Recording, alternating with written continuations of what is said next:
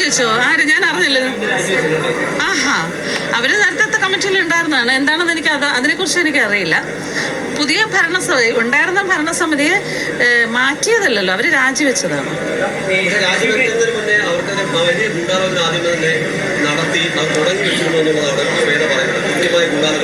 അത് ഗൂഢാലോചന ഉണ്ടായിരുന്നു എന്ന് അത് ശ്വേതയോട് തന്നെ വെക്കണം. ഞങ്ങൾക്കറിയില്ല.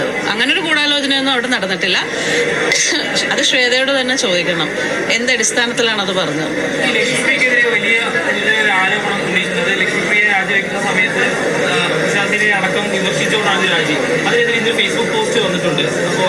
ഞാനിട്ടതോ? അത് ലക്ഷ്മിപ്രിയ ഇട്ട പോസ്റ്റിന് ഞാൻ മറുപടി പറഞ്ഞതാണ്. ഇന്നലെ രാത്രി ലക്ഷ്മിപ്രിയ തന്നെ ഞങ്ങൾക്ക് പേഴ്സണലി മെസ്സേജ് ഇട്ടിട്ടുണ്ടായിരുന്നു. അപ്പം ഞാൻ വിചാരിച്ചത് പേഴ്സണലി ഇട്ടതാണ്. അതിന് ഞാൻ അപ്പം തന്നെ മറുപടി കൊടുത്തിട്ടുണ്ടായിരുന്നു.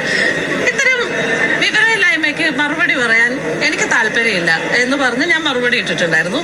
അതിന് പൊന്നമ്മ ബാബുവിന് അതേ മെസ്സേജ് അയച്ചിട്ടുണ്ടായിരുന്നു. ഞങ്ങളുടെ ആർട്ടിസ്റ്റുകളുടെ ചില ഗ്രൂപ്പുകളിലേക്കും അവർ ആ മെസ്സേജ് ഇട്ടിട്ടുണ്ടായിരുന്നു. പക്ഷെ രാവിലെ ആയപ്പോൾ അവർ ഫേസ്ബുക്കിൽ ഈ പോസ്റ്റ് ഇട്ടിട്ടുണ്ട് എന്ന് പറഞ്ഞിട്ട് നമ്മുടെ സുഹൃത്തുക്കൾ വിളിച്ചു പറഞ്ഞു. അപ്പോൾ എനിക്കതിലൊരു മറുപടി ഇടണമെന്ന് തോന്നി. സത്യാവസ്ഥ എന്താണെന്ന് പറയണമെന്ന് തോന്നി. അത് ഞാൻ എൻ്റെ ഫേസ്ബുക്കിലൂടെ പറഞ്ഞിട്ടുണ്ട്.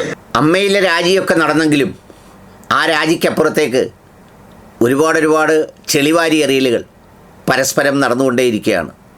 അതിൽ വളരെ എക്സ്പെർട്ടായ സിനിമ വലുതായില്ലെങ്കിലും ബാക്കിയുള്ള സംഗതികളെല്ലാം നിറഞ്ഞു നിൽക്കുന്ന ലക്ഷ്മിപ്രിയയാണ് അതിലെ പ്രധാന താരമായി വന്ന് വളരെ വികാരപരമായ പല വാക്കുകളും ഒക്കെ പറഞ്ഞു വെച്ചത്. ലക്ഷ്മിപ്രിയ കുറച്ചു കാലമായി ഏത് സഞ്ചാരത്തിലാണ് നടക്കുന്നതെന്നും ഒക്കെ എല്ലാവർക്കും അറിയാം. ലക്ഷ്മിപ്രിയ കുറച്ചു കാലമായി എന്ത് ലൈൻ സ്വീകരിച്ചാണ് പോകുന്നതെന്നുള്ളത് അവരുടെ സാമൂഹ്യ മാധ്യമങ്ങളും അഭിമുഖങ്ങളും ഒക്കെ കണ്ടാലറിയാം.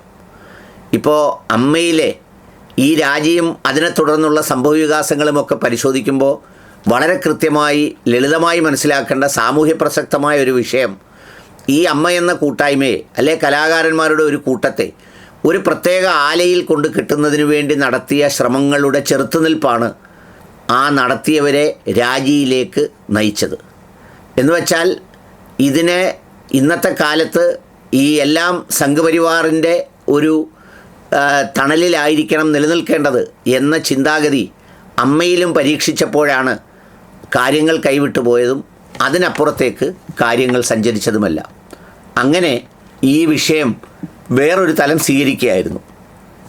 അതിൻ്റെ തുടർച്ചയാണ് കഴിഞ്ഞ ദിവസം ചില തുറന്നു പറച്ചിലുകളിലൂടെ ഉഷ എന്ന ആർട്ടിസ്റ്റ്, ഹസീന എന്നറിയപ്പെടുന്ന ഉഷ എന്ന ആർട്ടിസ്റ്റ് അതിനെ സംബന്ധിച്ച് മെസ്സേജ് ഇട്ടത്. ആ കുറിപ്പ് ഇങ്ങനെയാണ്: ശ്രീമതി ലക്ഷ്മിപ്രിയ ഇന്നലെ രാത്രി എനിക്കും പൊന്നമ്മ ചേച്ചിക്കും ഒരു മെസ്സേജ് അയച്ചിട്ടുണ്ട്. അതിലെ മാറ്റം തന്നെ FBയിലും അവർ പോസ്റ്റ് ചെയ്തിട്ടുണ്ട്. ശ്രീമതി ലക്ഷ്മിപ്രിയ ഒരു കാര്യം മനസ്സിലാക്കണം. ചാനലുകൾ തോറും കയറിയിരുന്ന് വായിൽ വരുന്നത് കോതയ്ക്ക് പാട്ടുന്നതുപോലെ വർഗീയ വിഷം തുപ്പുമ്പോൾ ആലോചിക്കണമായിരുന്നു. ഇത്തരക്കാരെ പ്രോത്സാഹിപ്പിക്കാനോ അംഗീകരിക്കാനോ ഞങ്ങൾക്ക് മനസ്സില്ല.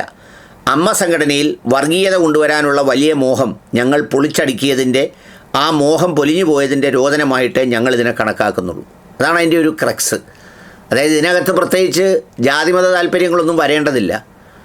എല്ലാവരും സിനിമയിൽ അഭിനയിക്കുന്നു, വ്യത്യസ്ത തീമുകൾ കൈകാര്യം ചെയ്യുന്നു, അഭിപ്രായ സ്വാതന്ത്ര്യം അനുഭവിക്കുന്നു, കലാകാരന്മാരാണ് എന്നുള്ളതിനപ്പുറത്തേക്ക് ചില സവിശേഷമായ അജണ്ടകൾ കൊണ്ടുവരാനാണ് നമ്മുടെ മേനോൻകുട്ടി ശ്രമിച്ചത്. അതിനൊപ്പം നിന്ന ഒരു പ്രധാനപ്പെട്ട നാവായിരുന്നു ലക്ഷ്മിപ്രിയയുടേത്. അൻസിബ കഴിഞ്ഞ 10 മാസം അനുഭവിച്ച വിഷമങ്ങൾ, അവഗണനകൾ, അപമാനങ്ങൾ, അതിനൊക്കെ ഇന്നലെ ഞങ്ങൾ മറുപടി നൽകി. അൻസിബയുടെ നിലപാട് അതാണ് ശരി, ഞങ്ങൾ അവളെ ചേർത്ത് പിടിച്ചു, ഒപ്പം നിന്നു. മാലാപാർവതിയും സമാനമായുള്ള അഭിപ്രായം സാമൂഹ്യ മാധ്യമത്തിൽ രേഖപ്പെടുത്തിയിരുന്നു. നിങ്ങളെപ്പോലെ വർഗീയ വിഷം തുപ്പുന്നവരെ അമ്മയ്ക്ക് വേണ്ട. ജനറൽ ബോഡിയിലെ ഭൂരിപക്ഷം അംഗങ്ങളുടെ അഭിപ്രായം അതുതന്നെയായിരുന്നു. ഇൻ്റർവ്യൂകളിൽ ജനിപ്പിച്ച മാതാപിതാക്കളെയും മതത്തെയും ഖുറാനെയും തള്ളിപ്പറഞ്ഞ് നിങ്ങളുടെ അത്തരം സ്റ്റേറ്റ്മെൻറ്റ് ശരിയായില്ല എന്ന് പറഞ്ഞതിന് എന്നെ ഒരു പ്രോഗ്രാമിന് വിളിക്കാൻ എൻ്റെ സഹപ്രവർത്തകർ പറഞ്ഞപ്പോൾ മറ്റ് സഹപ്രവർത്തകരുടെ മുൻപിൽ പബ്ലിക്കായി നിങ്ങൾ എന്നെയും ജിഹാദിയാണ്, അവരെ വിളിക്കേണ്ട എന്ന് പറഞ്ഞില്ലേ. വായ തുറന്നാൽ വർഗീയത വിളമ്പുന്ന നിങ്ങളുടെ ശവം കാണണമെന്ന് എനിക്കൊരു താല്പര്യവുമില്ല. അതാണ്, ശവം കാണാൻ ചെല്ലരുത് എന്നാണ് പറഞ്ഞത്. അവിടെയാണ് ഈ പറയുന്ന ഉഷ പറഞ്ഞിരിക്കുന്നത്, ഈ വർഗീയത പറയുന്ന തങ്ങളുടെ ശവം കാണാൻ വരാൻ താല്പര്യമില്ല എന്ന് പറഞ്ഞിരിക്കുന്നത്. ഞാനതിനെ അനലൈസ് ചെയ്യുകയോ വിശദീകരിക്കുകയോ ചെയ്യുന്നില്ല. എന്താണ് നടന്നതെന്നും എന്താണതിൻ്റെ ഉത്തരമെന്നും ലഭിക്കേണ്ടതാണോ ലഭിച്ചതെന്നും ഒക്കെ ഉള്ളത് വളരെ കൃത്യമായി അതിലുണ്ട്.